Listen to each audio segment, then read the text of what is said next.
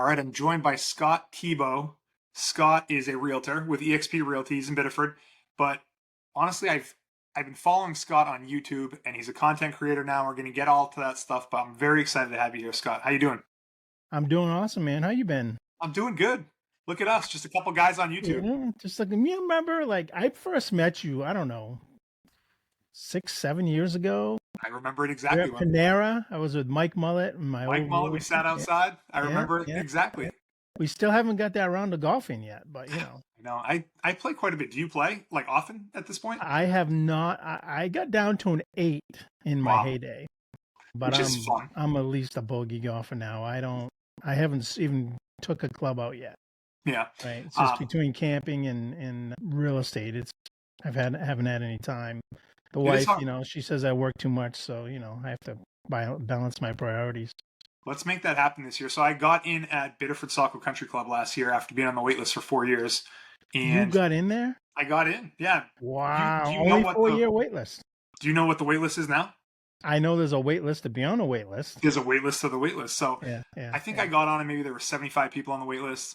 It was right around COVID, and I got in. yeah, It took like 4 years to get in, but now there's yeah, a 450 person second wait list to get yeah, on the 125 person yeah, regular wait list. yeah, That's gonna be yeah. 20 years for people before they get in at this Yeah, point. I won't be I may not be swinging a club in 20 years. You never know. Yeah. I should have got in with all my buddies from high school because we all graduated Thornton. Yeah. Got there, but I didn't do it. I went away from the military, and then here we are. It's an awesome club, so I'll have to take you out there. But I'm glad I got in. Not going to let go of that membership anytime soon. So, Yeah, but absolutely. but yeah, I want to talk to you about your background before we get into some of the real estate YouTube stuff. But you are from Hmm. Saco, important Born guy. and raised. Yeah, went to Thornton Academy. Long story short, Reader's Digest version. My parents and I lived in Saco till I was about 12, and my father had this novel idea that he wanted to be closer to work. He worked in Sanford, so my father uprooted my brother and I and our mother obviously, and we moved to Hollis. And so I went from a neighborhood of like 24 kids to a neighborhood of 2. Yeah, And baseball practice was right behind my house in Saco. And then I had to ride like 6 miles one way just to go to baseball practice up in Hollis. So I was miserable for a good 4 years. I went to Hollis Elementary, Bonnie Eagle Junior High School, and then 1 year at Bonnie Eagle High School before my father realized how miserable his family was. yeah. Nothing against any of you guys that live in Hollis or Well, it's Buxton or different. whatever, but Hollis is different now. We can get to that. yeah. I mean, I'm sure it Yeah, was different. Hollis. I'd love to live in Hollis now, but back then, this is in the early '80s and late '70s. So they moved us back to Saco. Thank God, I get to play ball, I get to play football, and excelled at that. And then I knew I didn't want to go to college. I was a really good athlete in high school, but I had no discipline. Right, I'd be looking for that party Friday or Saturday night. We used to party at the Ross Road pit, and The Ross Road Pit. That's so funny. Now yeah, is that the housing development? yeah, there's a housing development in there now, right? So I joined the military, went off in the military. That's a whole different podcast, but I Yeah. spent 8 years kind of doing some crazy stuff there. Got out of the military, stayed in the South for a couple more years, and I came back in 95-ish, middle of 95. So I was gone almost 10 years. Didn't really know what I was going to do. A guy hired me because I was in the Navy, so he thought I knew something about boats. Yeah, right. And so I took over a boatyard, but the problem with that is I loved what I did. I didn't make any money at it, but nobody plays with boats in Maine in the wintertime. So I'd save up my money. Of course, I was single. I'd go to Florida and hang out down there for 3 months, but I just couldn't make a living. I met a guy that was captaining boats going back and forth from South Portland to Florida, and he couldn't make any money. And he got into this company called Cabletron Systems Mhm. in Rochester, New Hampshire. I got an interview, got hired, became an inside sales rep there. This is an IT company. I really excelled at it. I Mhm. just, analytical mind. And I did IT from there and a bunch of other companies until about 2011 Yeah. ish. I had run a couple companies. I had worked my way up, but then I just got tired of, I ran a company. I had like, I don't know, 60, 70 people and their families reporting to me, right? Because when they report to you, and it just became adult daycare. So I was flipping houses a little bit here and there. I was playing in the real estate game, doing stuff like that. And I always kind of loved it, not as an agent, but just building and stuff. And then I got tied in with the developer in Biddeford, Doug Sanford, Yeah. and he and I and one other I spent 5 years developing that mill to what it is today. Which And is the Pepperell Mill. yeah, the Pepperell Yeah, Mill Pepperell Mill campus. now Yeah. for people that Yeah, I had got listen. my license right when I partnered with him. So I didn't do much in 2013, 14. I just did a couple deals, but I was really spending most of my time redeveloping that mill. And I wasn't swinging a hammer. I was just running crews, and I Yeah. handled the technology. And then I got into the property management of it. And when you got 100 and some odd businesses and 200 and some odd tenants, and I live there too. It was challenging, but got out in 2018, and I said, all right, I've made some pretty good money. I'm too young to retire. I got to do something. I always loved the real estate. Yeah. So I had let my sales license expire from 2013 because I was doing this development stuff. And I retook my license, got it again in 2019. Actually, little step there. I helped my wife. She had a daycare home, like 12 kids. I was like, this Yeah. has got to go. So we looked But that around, does not found exist anymore. what's that? The That daycare does. home does not Yeah. exist. No.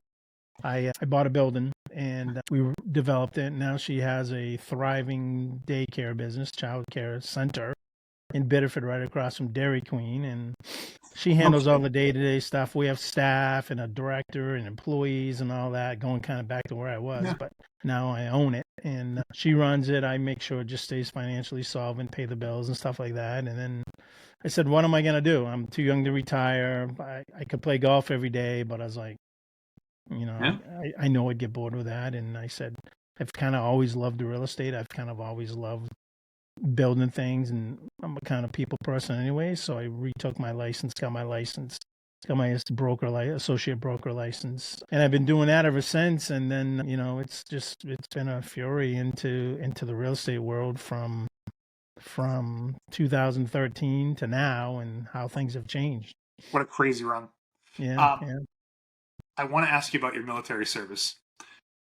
Did that change you coming out of that, like, and kind of get you Oh to where yeah, you are today? yeah. Oh yeah, absolutely. So I was, arrogant, egotistical, thought I was a really good athlete at thought, and I Mm. thought, big kid in a little puddle, right? Yeah. And then I go off into the military, and I go to the special forces community, and I do some stuff, and it really taught me discipline, number one, but number two, one of the reasons why I live in Maine now, and one of the reasons why I love helping people either relocate here or buy or sell here, is because when you go off and you see other parts of the world, some of it's brutal. Some Mm. of it is just like how thankful, number one, we live in this country. And then number two, even living in other parts of this country. And like I told you, I spent a couple of years after I got out of the military in the South and stuff. And I was just like, man, I just kept on. I don't know. It was a calling to come home, come home, come home. And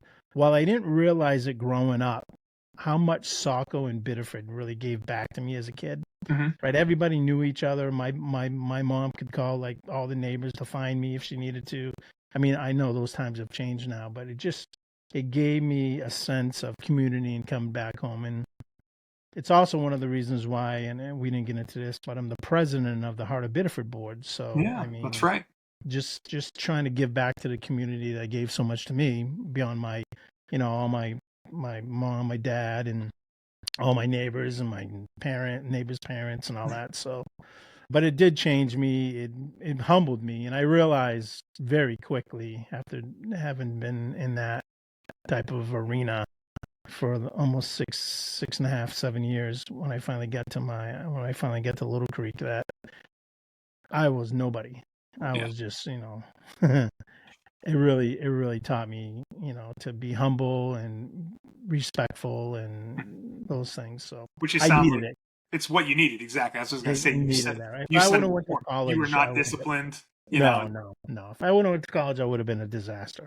Yeah. Yeah, So I mean, no doubt it's about fortunate, and it is it. interesting to hear you talk about coming back to Maine because I think people that never leave Maine really do take it for granted what Oh, we have absolutely. here in Southern Maine. Some We of really, some of my comments on my YouTube channel, if you see them, I'm like, they're just swearing at me. Don't invite anybody here, and they've just never been away, so they don't know. Why? They don't know what it is. Well, one of your videos, which we'll get to, is like reasons not to move to Maine, which made me freaking laugh. Yeah, yeah, yeah, yeah. What those reasons? I kind of made it comedic, right? Yeah, But that type of negativity sells, and we'll get into YouTube. But it just, yeah, absolutely. yeah. So, how about working for Doug? Doug's like a legend. I mean, I don't Yeah, know what your yeah, relationship was like or whatever, but he seemed very like influential guy yeah, in that period of time in yeah, Biddeford. yeah. We were partners, but Doug, I say this about Doug Sanford today. Nobody could have done what he did, right? Hmm. Not many people were willing, because he took, at that time, that mill was dilapidated. It had been moved out. I mean, and just the sheer willpower and the stuff he had to go through before even I got there. I got there in 13. He had bought the first part of it in 2007, but, and you got to remember, we're going through the financial crisis and right around that time. And I remember him telling me, people were telling him and then us, what are you doing, right? Why are you investing in Biddeford? It's a mill town. It's got a trash incinerator in the downtown Hmm. and all that stuff. And, we did a lot of work to try to get, I got to give the city credit, but he and I actually started, I'm kind of standing on my soapbox a little bit. He and I actually started the Casella waste management plant to be moved and emphasized. I brought NRG up here from Texas, and they looked at the boiler and all that at that plant and said it's junk, and that really made the mayor and the city council say it's got to go, and Yeah, they figured out a way to make that happen. And when that trash and center went away, the development really started to happen. And all the mills that are developed in the area now, they all came through our building, from Harrington over at Lincoln, from Chinburg up in Saco. They all came and interviewed us first, saying, "How'd you guys do it? What do you recommend?" Because yeah, we were showing it successful. But Doug deserves. He gets vilified. He got vilified a lot for what he did, and anytime you're fighting City Hall and trying to make changes is not easy. But yeah. it happened, and Is he still vilified at this point? Because I as think far now as that I he's know, I walked think he's like away, a legend. yeah, I mean, he's a legend now. He's like in the Biddeford Hall of Fame. But during Yeah, the time, I mean, I could tell you some stories. yeah, We'd be arguing with John Boobier and Codes and Stevenson, the economic development, the stuff they wanted from us, and it was contentious at best. But sounds brutal, but honestly, sounds like a great experience. And it was a great experience, developing 150-year-old infrastructure. And I had all the keys, of course, so I'd get people tours, and they were just amazed. We'd go down in the cisterns down below, and I've I'd seen the go through, pictures. yeah, I'd go through some of those places that are now developed. But we kind of got a bad rap a little bit in the beginning, because somebody wanted to come in and do ghost tours, and they were saying there were like ghosts on the stairs and stuff, and it started wigging out at some of our residential tenants. So we had to put a kibosh to that. But I never felt any of it. I gave some people some tours, and they were like, God, the hair on my back and my neck standing up in some parts of the building. But I guess it's what you believe. But Yeah, it was a great experience. I learned a lot from Doug. I learned a lot from developing that infrastructure.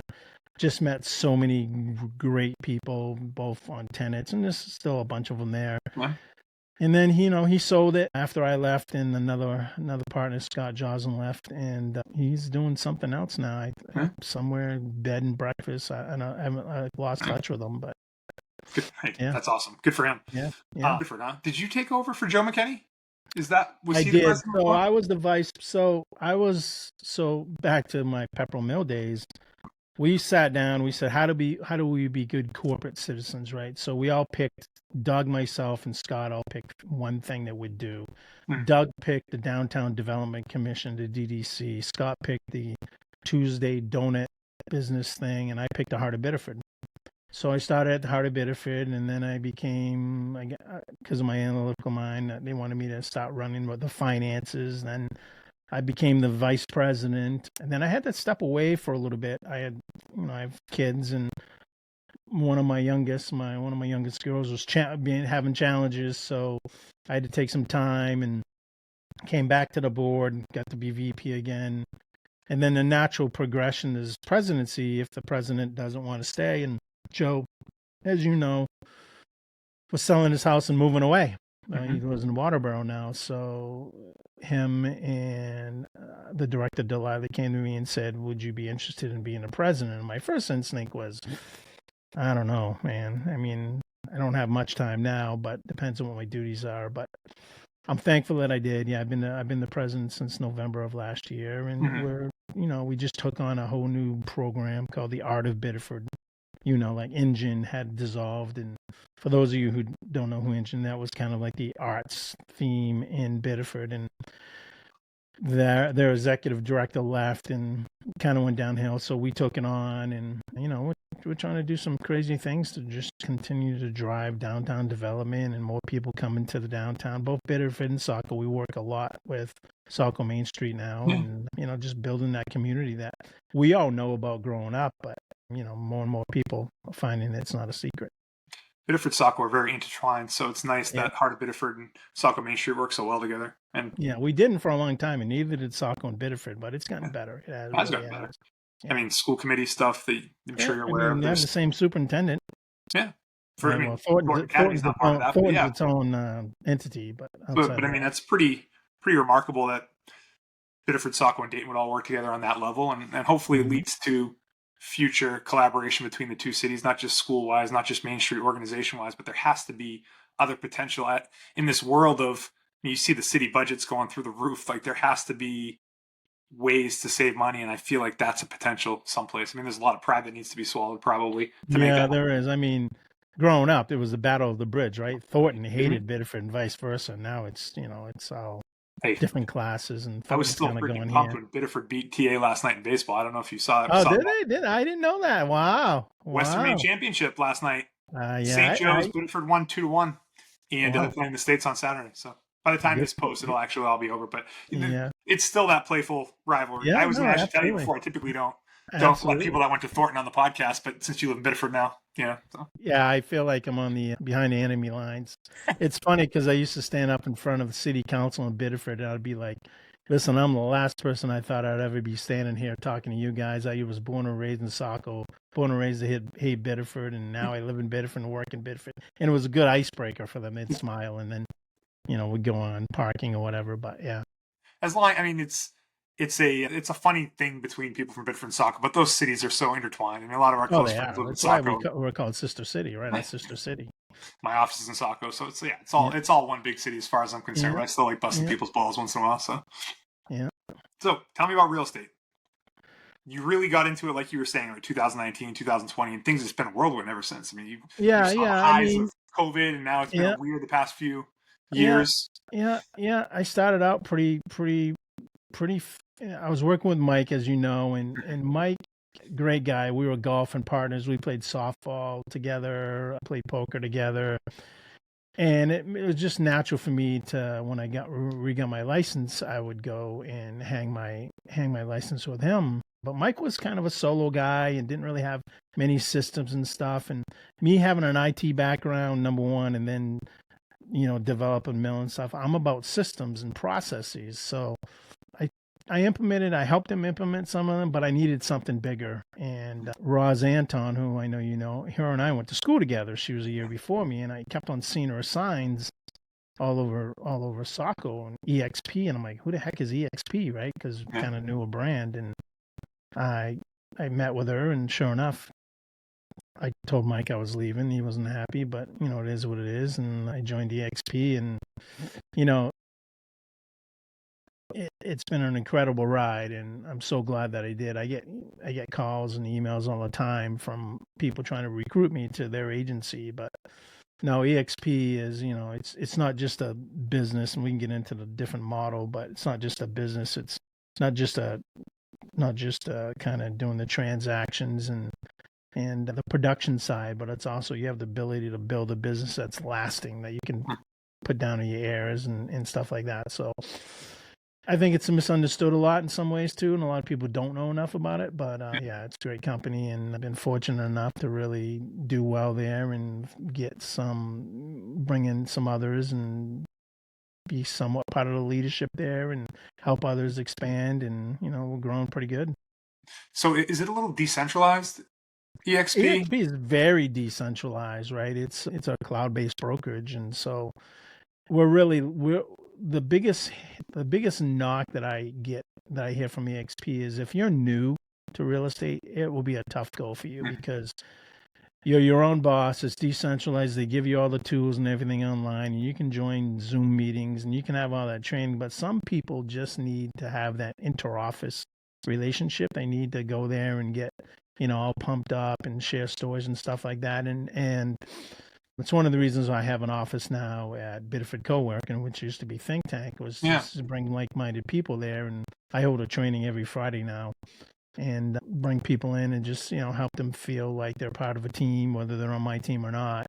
And it's definitely decentralized. You're not reporting to a hub, you're not reporting to anything like that. But it works great for me because that's kind of how I was bred, right? And in that way, I'm an entrepreneur at heart, so I want to be able to call the shots and then just build as I could within the guidelines of they require. But Yeah, I obviously, mean, it's the same thing in lending. So, I yeah, do residential lending, and there's places that are great for newcomers, and there's places that are better for people that are a little bit more independent. It's just a matter of finding what your alignment is, and it sounds like yeah, you found that at EXP. yeah, So, yeah, absolutely.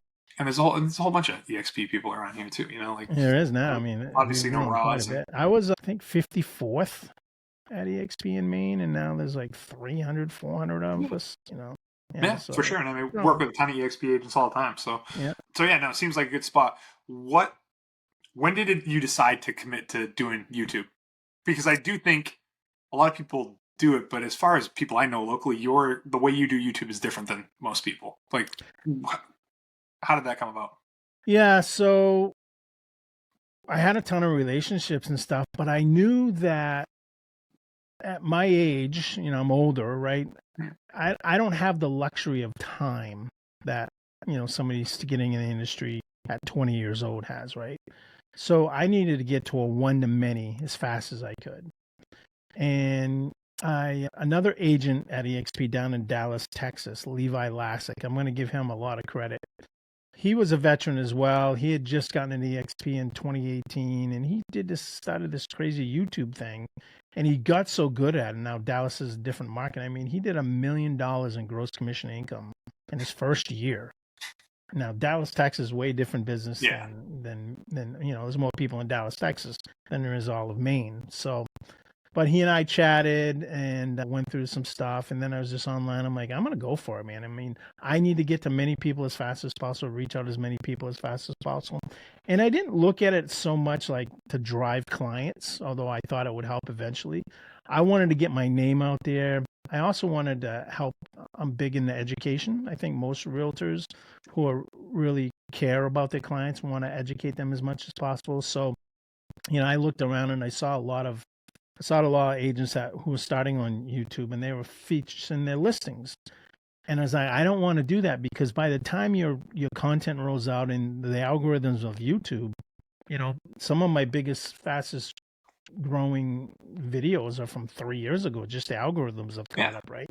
Those houses would have been sold long ago.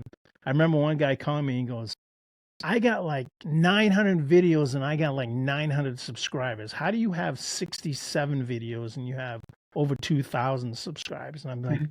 I just build evergreen content, right? I do a market update every month, number one, but I just talk about things that I think I'd be interested in if I was buying or selling, Yeah. right? And, and then doing research and stuff like that. Chat GPT and AI's been great because the research you can do that's so quick now. It's a game changer for a podcast. There's no Yeah, doubt. yeah, It helps yeah, prep. It yeah. helps outline. Yeah, it is a Yeah. game changer. Yeah. So that and trust, right? I needed to build trust. So today, my YouTube channel is, I've gotten, at one time I had like 25 buyers from all Mhm. across the country looking to move to Maine, work with me.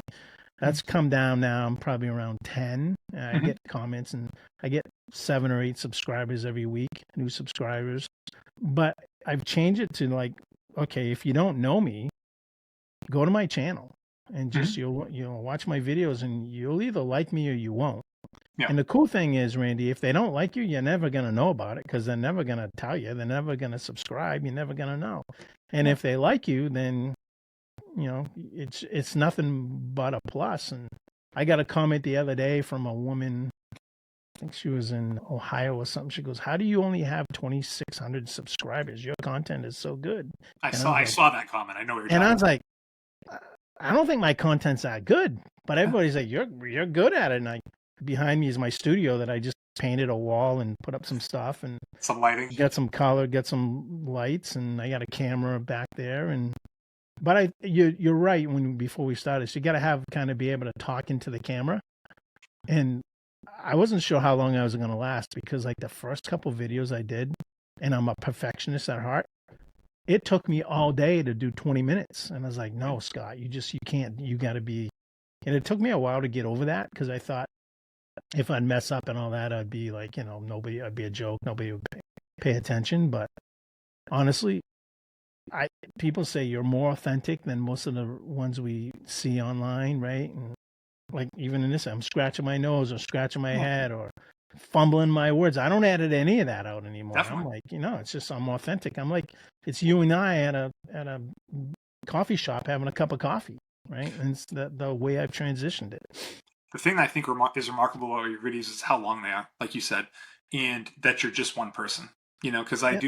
I'll do these podcasts and they're 30, 45-minute conversations with another person, and you can create a dynamic between two people and ask each other questions and joke around, and there's just a flow to it. But I personally cannot imagine talking to a camera myself for 40 minutes, 50 minutes, and just sounding coherent and stuff. But like, I don't know another realtor that does it. I know the realtors that do shorts. I know realtors that do stuff for their properties, all that sort of stuff. But I don't know anyone that does like a 50-minute long, 40-minute long market update every month, along with the other videos that you do. So kudos to you on that. Yeah, and obviously, if you in YouTube, you know that what you can do with those long videos is now you can create shorts from it, right? So whether Opus Clip or what it is, you can just peel off. So I started doing that, and it's really driving my viewership and my subscriber. I mean, I'm making maybe $100 every 2 months off YouTube, which isn't that much money just from advertising, but So you do make money. What's the yeah, threshold for making money? you gotta have 1,000 subscribers. Yeah. Is the first threshold, Yeah. and then you got to maintain 1,000. You got to put on all this stuff, and they got to verify you. And so once you start doing that, you start saying, "I'm going to elect to have ads," and you can tell them place the ads wherever you want or not. But your first threshold is 1,000 subscribers, Yeah. and it took me a year and a half to get to 1,000 subscribers. I did it last summer, I want to say, and it's exponentially grown And from it's there. going to continue to. Yeah. I mean, my most watched content is when I thought I sucked, right? It's I'm making videos, but again, it's the authenticity of just, Yeah. and you got to just keep going at it, keep going at it, keep going at it, and things break, and they do. So for you, the name of your channel is Live Life in Maine. So yours is definitely real estate in Maine. So like Mm-hmm. I don't have subscriber numbers you have. Been doing it for 3 years too. But my freaking podcast is all over the place.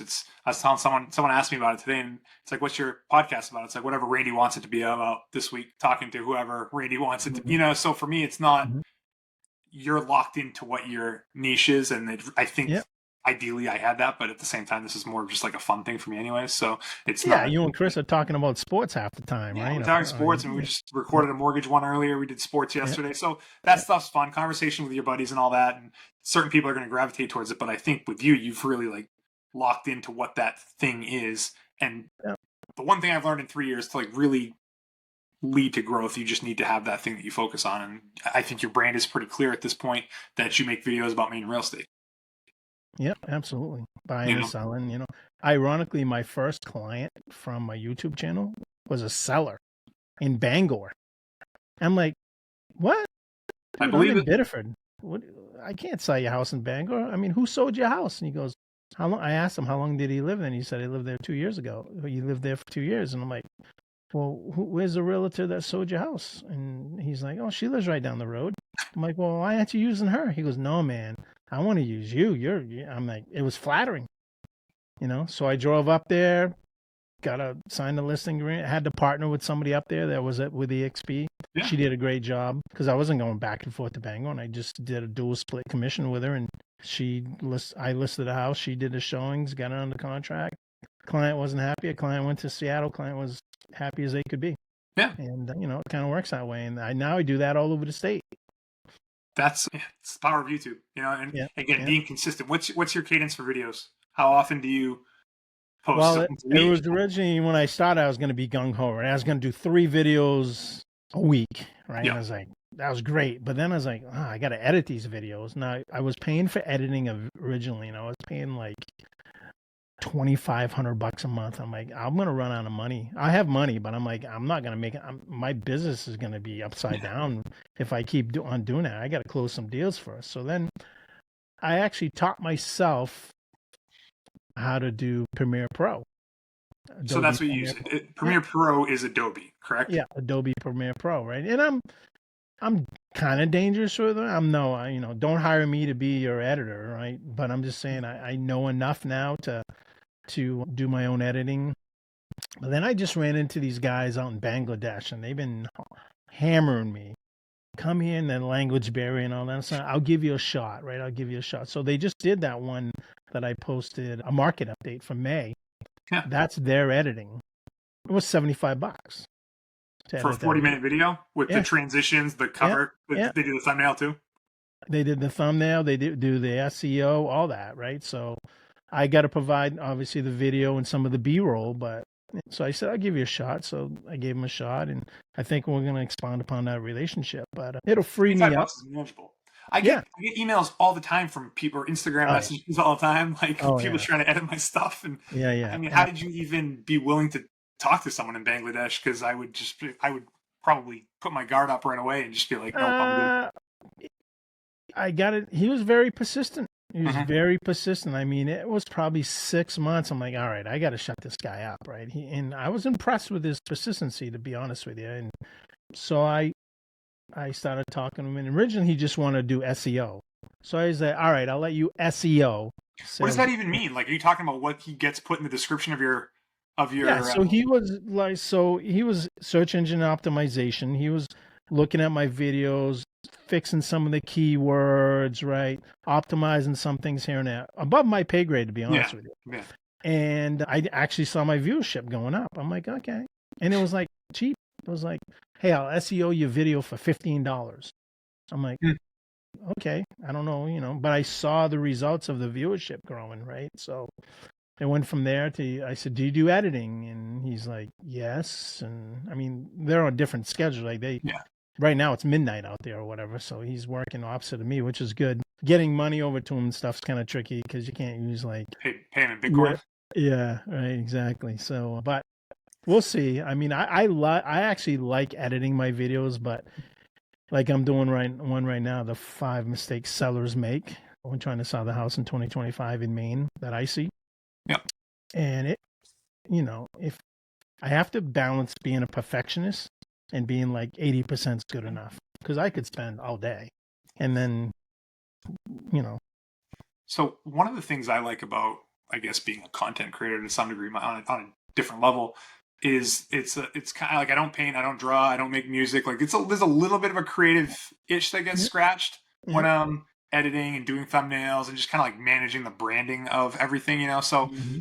I couldn't do it a lot. I couldn't do full 40-minute videos, but like I do find it to be relaxing and enjoying from that point of view. Yeah, it's somewhat therapeutic, but to your point, right? Like this video I just did is 50 minutes long. That's freaking And I'm long time. like, and I don't even realize it's 50 minutes. I'm like, okay, I'm done. See Scott Thibeau over and out. And I go and I take it out of my camera and I put it in my computer. I was like, holy shit, that was 50 minutes. So I guess I have the gift of gab. But yeah, but editing it is just like, adding the B-roll and changing some things and adding the break in there and stuff. So, And you but get some it's music, working. and there's a little to your videos. It's not bare bones by any means. So Yeah. all that stuff Yeah. takes time.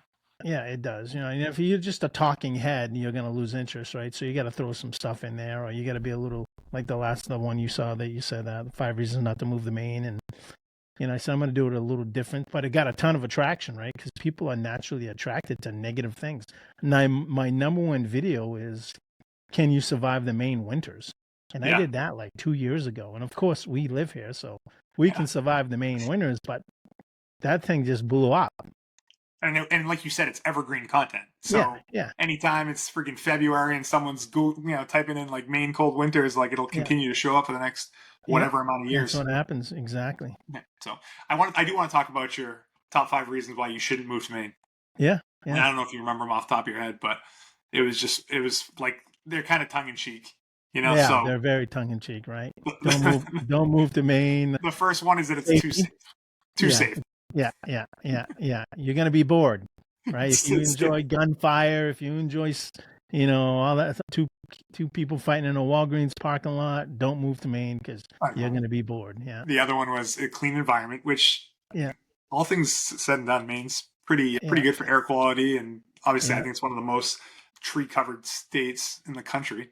No yeah. real traffic, No road traffic, but except if you want to downtown listen Biddeford. to our Joe Rogan podcast for 3 hours on your commute to work, then you're not going to want to live in Maine because you're going to be there in 20 minutes. And I used to drive more for work, and that's kind of when I got into podcasts, yeah, yeah, and now my commute's freaking 7 minutes, and yeah. You so can't get I find much other done. times to listen to pods. But yeah, no, except for Main Street in Biddeford right now, the traffic's not too bad. Main Street Biddeford's horrible. Yeah, It's a it's all bummer. that the Nightmare on Elm Street project is definitely a disaster. It's tough. It is a little bit of a killer. I hate to pile on because the discourse online is a little bit Yeah, no, I overwhelmingly mean negative. we So got to get it done, right? It's just yeah, there's no good timing. it's Unfortunately, there's every winter day. in It's Maine. Yeah, pictures of gridlock on Main Street and people yeah, bitching, and I get it. yeah, It's frustrating. I just yeah. try not to pile on too much. But yeah, that's the extent of the traffic in Maine. And the other thing was too quiet. Yeah, yeah. You don't want to be alone with your thoughts because if you're alone with your thoughts, you don't know what's going to happen, right? you know, You're going to hear the and birds and the crickets, and you're not going to hear sirens and construction noise and stuff like that. So, and then yeah, just all the nature. It's far from yeah, urban. It's far from an urban yeah, yeah, state. You know, yeah. Well, with you can all the get urban mountains. if you're in Portland a little bit, right? They're talking about building that, what, 300, what is that, 300, what is that? How tall is that hotel going to be or Oh, that's right. building? Going to be right in the old port. It's going to be like the Yeah, tallest yeah, building in Maine. That thing's going yeah, to stick yeah. out. Yeah, it's going to stick way out. In Casco Bay, you're going to see that way down the road. But yeah. Yeah, but I mean, Maine, as far as nature goes, it's pretty sweet for all that stuff. It sounds like you like to get outdoors, camping. Oh yeah, man, I'm a huge. I mean, my wife and I have a seasonal at Bailey's in Scarborough, so Oh, nice. she's there all the time in the summertime. That's our home. She goes, "I'm going home." Like, where's home? Biddeford or no Scarborough? Honey, I'm in Scarborough from May 2nd till October, the week after Columbus Day. That's where she goes. So, and I'm That's a, commuting back and forth because I still work because I got to do something, and yeah, I have a YouTube studio, and then I have an office at the mill, Biddeford co-working, and I'm training and I'm showings, and so but yeah, but you're able to do that thing. I mean, you are able to spend time at the campground. You're able to bounce around. Like it's the best part of being in real estate, man. Like it's just every day is different. You're not checking in, you're clocking in at a certain place, and you just kind of come and go. And yeah, there's no, a lot of absolutely. benefits I to it. could not watch a clock. Right now, my wife struggles because she comes from that kind of 8 to 5 job. Hmm. I'm like, honey, what I do is an 8 to 5, right? Like I was with you this morning till 11, right? You got to make that time up somewhere. So It's I take Sundays off no matter what, unless yeah, I'm under contract. If yeah. I'm under contract with somebody, then they'll get through I set my settings on my phone, so their number will come through. But other than that, and then I find Mondays to be kind of slow. That's when I start doing my videos, and then stuff just starts, I can see getting that bigger, on the busy. real estate side. Like on the Yeah. lending side, Mondays are actually freaking crazy because you get 2, 3 people under contract from the weekend, and that's when you're starting Hmm. loan application, that process. But at that point, for you, you've done your negotiating. You're sitting on hopefully a signed contract one way or another, Yeah. and you Yeah. can Yeah. And then I just breathe it pass it in. off, and you guys do your magic, Yeah, right? exactly, exactly. So, but yeah, it's the best. I mean, I'm able to find time for golf and the things that I like, and take time off to do stuff with my kids. And the downside is I generally have to have my phone on me pretty much everywhere I go and answer it. But I mean, Hmm. it's a trade off that I would take And you're anytime. on the school board, right? Yeah, That's yeah. a commitment right there. That's more of a commitment, I think, than what I do for the Heart of Biddeford. Because It's more of a commitment than I thought it was going to be up yeah, front. And it's not bad. I'm glad to, I think a lot of people should get involved in one way or another, whether it's a Heart of Biddeford or just the Economic Development Committee or just anything. Anytime there's a committee to determine where a new playground's going to go, you should do it because I, I was so sick of people complaining all the time. Like it's a thing that really bothers me. Like mm-hmm, people aren't part of the solution; they're part of the problem. So mm-hmm, I had an mm-hmm, opportunity. I was actually appointed onto the committee when Vassie Fowler hurt herself. I think it was like 5 or 6 years ago, and yeah, then I ultimately was elected. But like in that moment, he asked me, and I was like, what? I'm not going to bitch about anything. Like let's do this. And it's been yeah, good. And it won't be a forever thing, but no one will ever be able to say that like Randy didn't step up to do something, in right, his right. community. I don't even know the answer to this question because all my kids are out of high school now. But the school did your budget get approved? It did, and they They always did. do. It was like 70%. We had big turnout, all things considered. I think there was Yeah. like 825 votes, Yeah.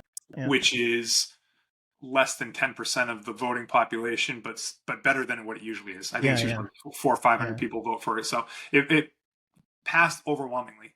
And it's not, budgets are tough. I mean, I don't know how much you know about all that stuff, but like, it's tough the way, Oh, yeah.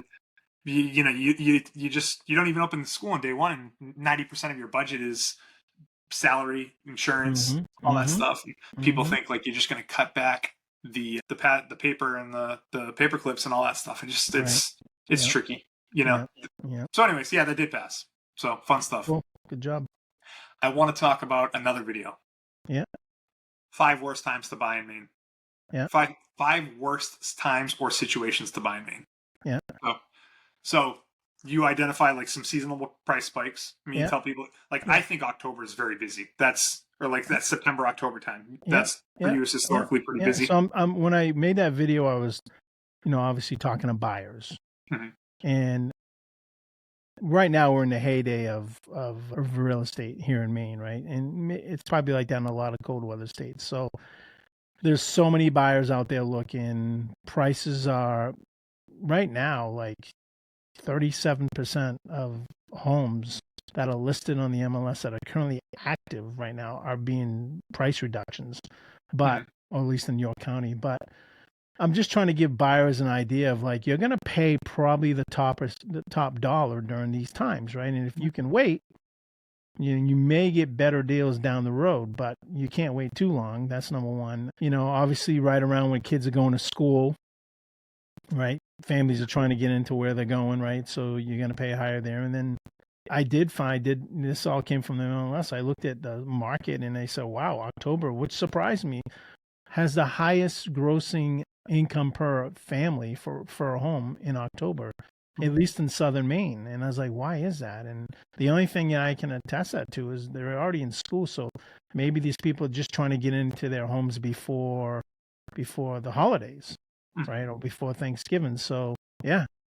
Historically, if I chart out my business, like those months are some of my best of the year. So, Yeah. people are through the holidays, and I mean not the holidays, through the summer, and they're Yeah. ready to. You get a lot of out of state buyers this time of the year too, right now in this, market. So everybody wants to, they come to Maine to live here now, Hmm. right? I haven't met many people that said I want to move to Maine because I can't wait for February, right? But yeah, so Maybe the occasional, but summers in Maine are the best. yeah, and there's no other place. Maine and New Hampshire, Tirico, just Maine has more coastline. I mean, the summers up here are just spectacular. I mean, during COVID, it was freaking insane, man. Every Yeah, buyer was from out of state. Every buyer yeah, was moving out of the city, yeah, working remotely, and they just yeah, wanted to be in Maine for all of those reasons that you said. And yeah. maybe some of them have returned to where they came from, but a lot of people like they're Mainers now. Yeah, a lot of the clients that I'm getting off YouTube are all remote workers, right? Because they can work anywhere, and they're like we lived here, so we know how great the state is. I mean, don't get me wrong, it's definitely got some challenges, but with Absolutely. politics and price and Taxes. taxes and whatnot, but people got out to explore, and then they're not tethered to their jobs, right? So now they can work anywhere, and quality of life. I just don't think I haven't lived in every part of the country or every part of this world, but been to a lot of places. It's hard to beat the quality of life you get in Maine. Yeah.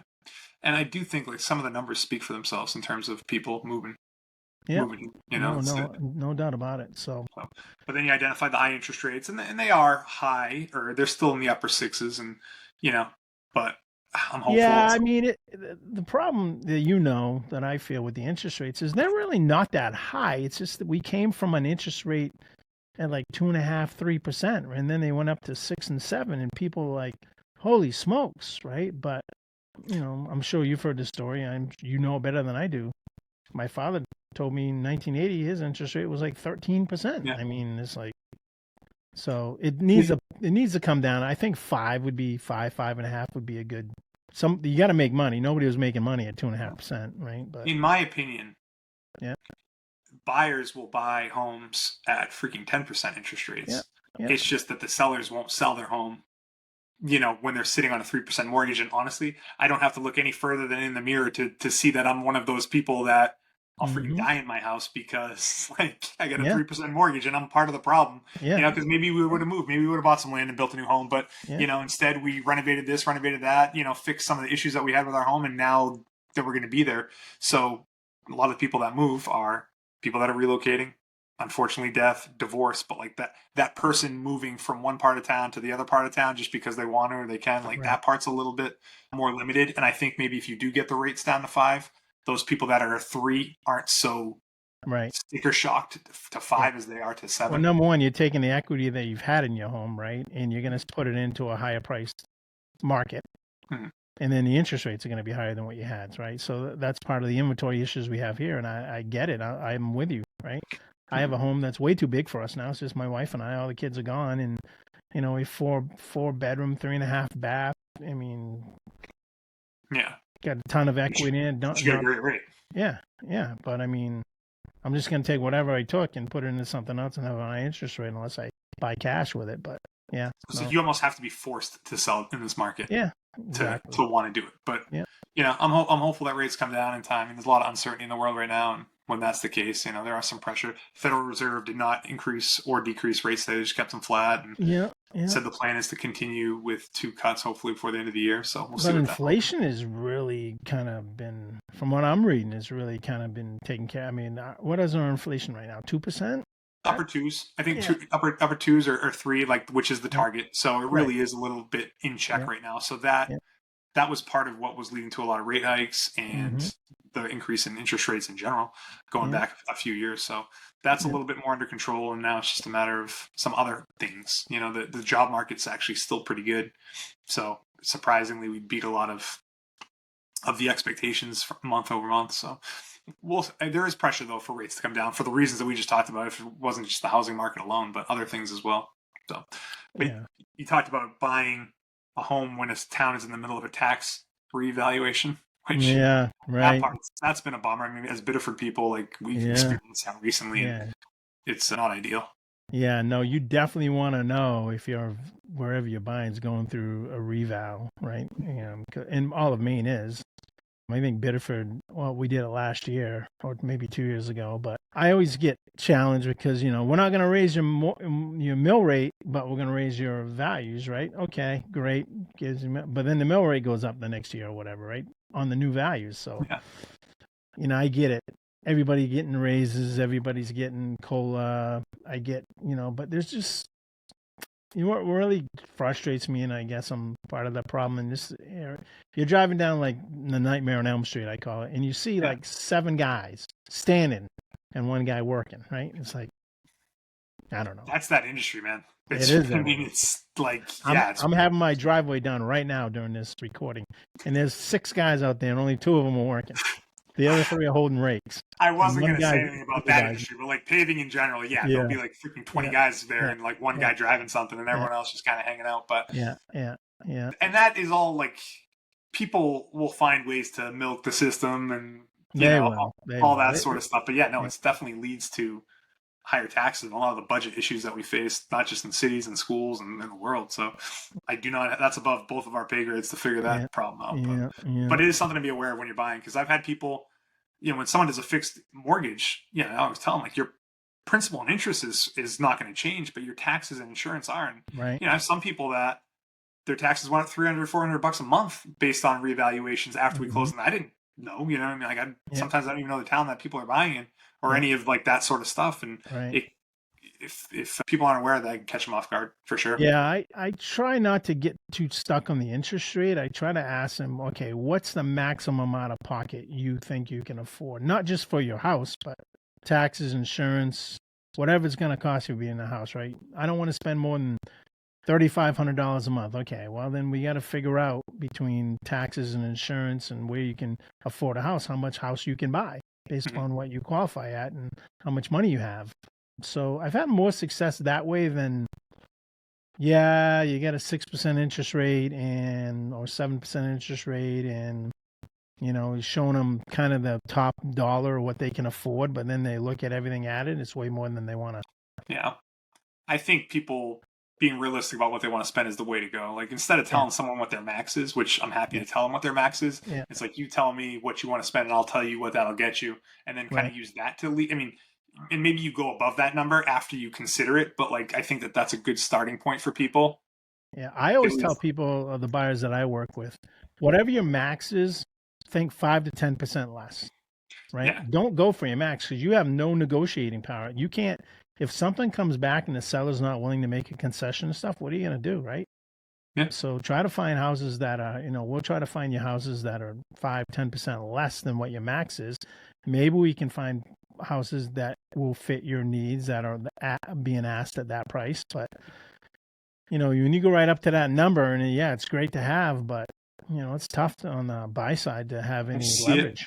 I do see it all the time when someone is right up against their max. Inevitably, what do? They want to go above it. Yeah. Yeah. They Yeah. see something that's above it, and it's like this is Yeah. working. It's like no, it's like you Yeah. hate to tell people no because eventually, when you tell someone no enough, they're going to go someplace else. But you got to also be realistic with people too. So, Right. I so also I get see all that problem with sellers a little bit, right? They're still trying to get the highest value, and you can show them the comps, you can do the offsets. They still think their house yeah, is that high. And again, I just did this. I'm doing this video that's going to come out. I ran all the properties that were sold. I only did York County. 838 single family homes sold since January 1st. 82.9% of them mhm, did not sell for the original asking price. yeah, I believe it. 82.9% of them were less. People swinging Right? for the fences still. I see Yeah, it. That's an and interesting number. That's bigger than I would have thought. 8 out of 10. That tells you a So, lot. well, it also tells me what are the realtors doing out there? And I'm not trying to beat up my industry, right? Are they just taking the listing to get it on the market, or are they saying, hey, because the last thing you want to do is go to your seller and say, this isn't moving, and we got to have a price reduction because you don't have a lot of marbles to play with at that point, right? It's only money. And then it's the second realtor that comes in gets the sale Yeah. at that point. But yeah, I mean Yeah. that's something that's been going on freaking forever though. There's certain agents that have reputations for taking listings at higher than what they should be prices, and I don't envy people that are in that position because it's nice to get the listing. It's nice to have your sign in the ground and give yourself even a chance. But yeah, sometimes you're It does taking you no good though, man, if you're not going to yeah, close and you're exactly, either yeah, to going to waste your time. expire, You're right? paying for Waste your time, pictures, waste your paying for seller advertising. time. You've paid money probably to do photos. You've paid some money out of your. I mean, I'd Yeah, rather be. I've lost some listings because like I don't think your house is worth this, and unless you can tell me why, and yeah. then I watch them on the MLS, and I've been pretty accurate. I mean, I'm not God's gift to listing or real estate, but I'm usually within 5% of what the house usually sells for afterwards when it's Yeah. finally sold down the road. And if you can stay true to that and not take on listings that are outside of that, then like you said, you're saving yourself money, time, headache. Yeah. It's tough to walk away sometimes. It is, but analytically, I just like if I don't feel it, right? If I get the seller wants the best, highest dollar that he or she can get, I get it, and the buyer wants the lowest dollar that he or she can buy for. It's a conflict of interest. So negotiating that gap is really the key. Yeah. A couple more things before I let you go. When I look at your YouTube page, I see a Yep. bunch of awesome thumbnails. Like generally, most of them are pretty good. Like, how are you doing those outside of the ones that you maybe had the people from Bangladesh do, or maybe you've hired other people? But are you doing a lot of these yourself? All right, I'm gonna let the secret out of the bag, man. It's so AI. easy. I just go in Chat GPT. So this is what I do, honestly. Yeah. I subscribe to vidIQ, VIDIQ, Hmm. and it gives me the top 5 contents on a daily basis that people are looking at in Maine for real estate. Yeah. Could And that be anything? Could they tell you like whatever you want? Like in your case, you have it tuned to tell you stuff for real estate, but yep, you could make it be freaking yep, NBA stuff if you want, yeah, or you whatever. could tune it however you want, right? I just tune it for Maine real estate, buy, selling, investing, right? Mm-hmm. And so I get the topic, right? And then I go to Chat GPT and I type in, give me 5, 10, whatever reasons why, whatever that topic is. Like what are the 5 issues that sellers have selling in Maine? Or what are the 20 reasons? And it spits them out. Mm-hmm. And I'm like, okay. And the ones I look at, I'm like, yeah, that the ones, from life experience, that makes sense. Mm-hmm. So then create me a video script, and it does a video script, and I can't read on cameras and stuff like Yeah. that. I was just like, no. But I then spend time recording, reading the video script, and I, I guess I have a good memory or whatever, but then I can relate to it, and I'm talking, right? So I'm driving my truck or my car, and I'm talking through it in my head like I'm going to be talking on camera. And by the time I get to the camera, for the most part, I'm good. Mm-hmm. And then I go into that same ChatGPT that request, and I said, create me an image in landscape format as a realtor in Biddeford, Maine, or in Southern Maine, or in Maine, per this topic. And I said, creates me one. I don't like it. Create me another one. Creates 5. Yeah. Then I take that and I go to what do you call it? Canva. Yeah, Canva's Download it into Canva, put my image up there, change some things around. Poof. Put some text in there. Yeah. So you add your own text. Okay. Yeah. Because I know AI can be a little bit weird for text. No, and Canva is really good because you can hit that grab text and you can change, because when the images come out on ChatGPT, some of the words are wrong, but yeah. So you can highlight the weird gibberish type things and like change it to Canva. actual. Yeah. Oh, okay. Yeah. You click on it and grab it, and it changes it, fix it. Yeah. That's good to know. So automation. Because, I think they're eye catching. They look professionally done. Obviously, your pictures on them and stuff. Without ChatGPT, without AI, and without Canva, I think I would have struggled more. Yeah. I see on that. Top of it in technology, what technologies that are. It's freaking same. It's been hugely helpful. How about this last thing? Real estate aside, but focusing on the YouTube thing, like what's the big advice you give to anyone that's starting a YouTube channel? When you're starting your chapter as a YouTube or a content creator, everybody looks at what's his name, the big one out there, Mr. Beast, or you can't compare yourself to those. So don't compare yourself to anybody. That's number one. Number two, you got to be authentic, right? Just don't worry about messing up. Don't worry about how you look on camera. You're going to look that way in person no matter what. So don't worry about all that stuff. Be authentic. And then where I find most content creators, especially in the real estate industry, fail or fall down is consistency, right? Because it took me a good year and a half to get to 1,000 subscribers. And I got my first deal was a seller, I told you. Yeah. I got a few buyers out of that, but I was like, not, my wife's like, I don't know, you spend a lot of time doing that. I'm like, it's gonna happen. It's gonna happen. And it's starting to happen faster and faster. It's like pushing that snowball down the hill. But you got to be consistent. Don't compare yourself to anybody else, and don't try to be perfect, right? Don't try to be perfect.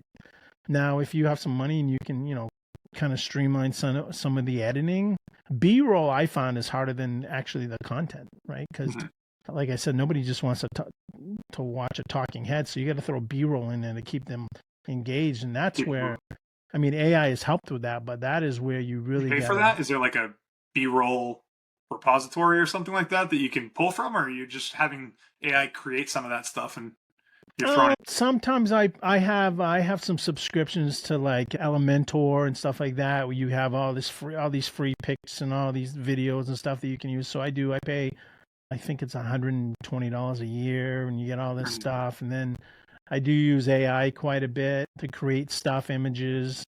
Same with music, right? I download music that's licensed. That's one of the biggest issues I have with YouTube is, you would think, because every video that I put out there, I have to dispute it because they say you cannot advertise on it because there's copyright infringements on the music. And every video I put up there, because I have the license. And you would think after 30 videos, they would like, hey, he's got the license. Every video I have to dispute it. And you win though. Huh? You win it. Yeah. It's just a dispute. The dispute is you got to show that you have a license. So I put and there's no way to do it before you post it. They do their checks. They do their checks. I was wondering about this. All right, because the music that I have on my entrance for this podcast is something that I paid for. I have the license code that I put in the description, and even then it always says copyright strike. And I'm not making money the way you are off of it, so it's really whatever. So you can dispute it. You go in there under the copyright on your YouTube channel, copyright, and you click on it, and you can do 3 things: remove whatever, dispute. You hit dispute, you click a couple of things, and you put the license in there, and within 2 hours, it's cleared. Yeah. And the reason you would want that is you can't get paid on a video that's copyright. Correct. Right. So I had to go back through all my videos because they were all when I partnered with this guy from Bangladesh and I said I want to grow it more, and he's like I want to get more ad revenue. He goes, oh, we got all these copyright issues. I'm like, I know, but so I had to go back through all of them, and I lost all the potential revenue that all of them generated until I fixed them all. So it was only moving forward, not prorated back. But yeah, that's the biggest challenge I have because I get it. People don't want to be throwing copyrighted material up there, but you would think there'd be a way that you can put your license up there first, and there'd always be. It's almost like you have to make original music that isn't copyrighted. Almost, right? Yeah, that's not infringed on anybody, but yeah.